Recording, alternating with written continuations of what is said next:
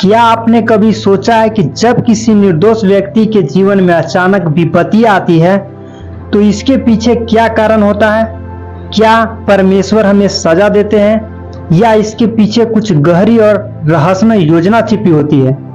आज हम एक ऐसी ही कहानी की बात करेंगे जो इस सवाल का जवाब दर्शाती है।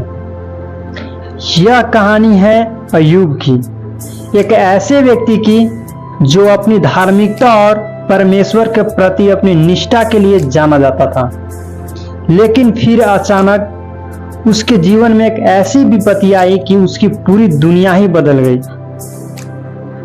तो आइए आज हम जानते हैं अय्यूब की कहानी, जो केवल बाइबल की एक पुस्तक नहीं बल्कि विश्वास, धैर्य और मानव पीड़ा की एक अनोखी गाथा है।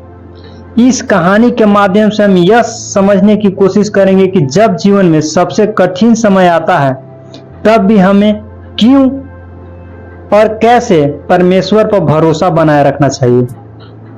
वीडियो को स्टार्ट करते हैं और हम लोग वचन के गहराइयों को समझते हैं। अय्यूब 1 के 1 वचन। उर्ज देश में अय्यूब नामक एक पुरुष था। वह खरा और सीधा था और परमेश्वर का भय मानता और बुराई से दूर रहता था। इस वचन के अर्थ को हम लोग समझते हैं। खरा और सीधा, इसका मतलब है कि अय्यूब एक नैतिक रूप से शुद्ध व्यक्ति था। वह ईमानदार, निष्पक्ष और पवित्र था। परमेश्वर का भय मानता था। इसका अर्थ है कि अय्यूब परमेश्वर का सम्मान करता था और उसकी आज्ञाओं का पालन करता था। बुराई से दूर रहता था। इसका मतलब है कि अय्यूब पाप और बुराई से दूर रहने का प्रयास करता था। यह पद अय्यूब की कहानी का परिचय देता है, जो दुख, परीक्षा और विश्वास के बारे में गहराई से विचार करने वाला विषय है। अय्यूब को नैतिकता का आदर्श माना जाता है। वह एक ऐसे व्यक्ति का उदाहरण है जो परमेश्वर के प्रति वफादार रहता है, भले ही उसे बहुत कठिनाइयों का सामना करना पड़े। अय्यूब की कहानी हमें सिखाती है कि जीवन में कठिनाइयों के बावजूद हमें परमेश्वर पर विश्वास रखना चाहिए। इस पद का व्यापक अर्थ है कि परमेश्वर एक न्यायपूर्ण परमेश्वर है और वह अपने धर्मी सेवकों को कभी नहीं छोड़ता। भले ही अय्यूब को बहुत दुख का सामना करना पड़ता है, फिर भी वह परमेश्वर पर विश्वास रखता है और अंत में विजयी होता है। अय्यूब एक महत्वपूर्ण पद है जो हमें अय्यूब की कहानी के बारे में बताता है और हमें नैतिकता, विश्वास और धैर्य के बारे में सिखाता है। यह पद हमें याद दिलाता है कि भले ही जीवन में कठिनाइयां आए, हमें हमेशा परमेश्वर पर विश्वास रखना चाहिए। आशा करता हूं प्रियो, इस वचन को आप लोग समझे होंगे। तो हम लोग चलते हैं दूसरा वचन। अय्यूब 1 के दूसरा वचन।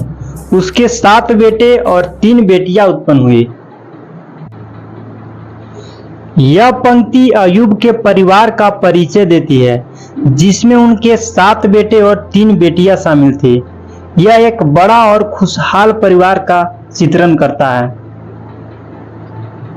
चलिए हम लोग तीसरा वचन की ओर चलते हैं। अय्यूब 1 के 3 वचन।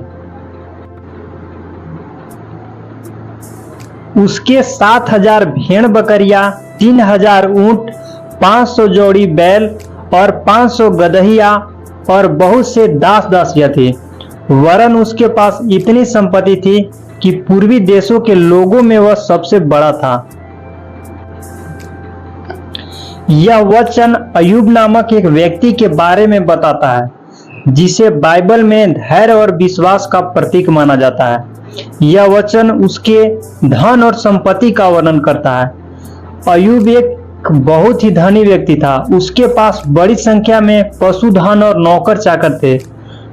यह वचन यह दर्शाता है कि अय्यूब दुनिया के नजरिए से एक बहुत ही सफल व्यक्ति था। इस वचन का गहरा अर्थ, अय्यूब की संपत्ति ईश्वर की संपत्ति का प्रतीक है। यह दर्शाता है कि परमेश्वर अपने भक्तों को आशीर्वाद देता है। अय्यूब की संपत्ति को आगे चलकर शैतान द्वारा उसकी परीक्षा लेने के लिए इस्तेमाल किया जाता है। यह दर्शाता है कि धन और संपत्ति हमेशा आशीर्वाद नहीं होती है, बल्कि कभी कभी यह परीक्षा का कारण भी बन सकती है।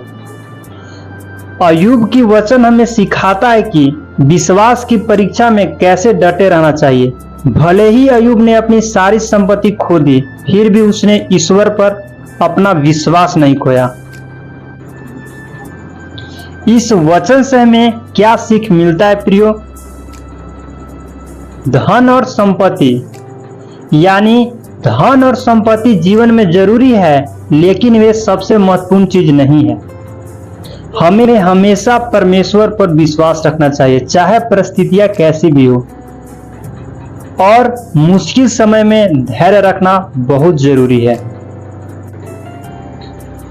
अय्यूब 1 के 3 वचन धन और संपत्ति के बारे में बताता है। यह वचन हमें यह सिखाता है कि धन और संपत्ति का महत्व क्या है और हमें ईश्वर पर कैसे विश्वास रखना चाहिए। चलिए प्रियो, हम लोग चौथा वचन पे चलते हैं। अय्यूब 1 के 4 वचन। उसके बेटे बारी बारी से एक दूसरे के घर में खाने पीने को जाया करते थे और अपनी तीनों बहनों को अपने संग खाने पीने के लिए बुलावा भेजते थे। यह वचन में अय्यूब के परिवार के सुखी और समृद्ध जीवन का वर्णन है। दावतें मनाना, यह उस समय के लोगों के लिए एक आम सामाजिक रिवाज था। यह सिर्फ भोजन का सेवन ही नहीं था, बल्कि एक साथ समय बिताने, मजे करने और रिश्तों को मजबूत करने का एक तरीका था। घरों में, यानी इसका अर्थ है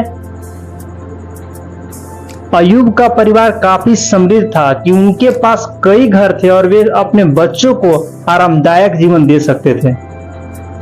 यह वचन अय्यूब के परिवार के सुखी और एकजुट होने का संकेत देता है। अय्यूब 1 के 4 यह दर्शाता है कि अय्यूब के पास जीवन में सब कुछ था, धन, परिवार और स्वस्थ, लेकिन फिर भी शैतान उसे परखने के लिए आता है।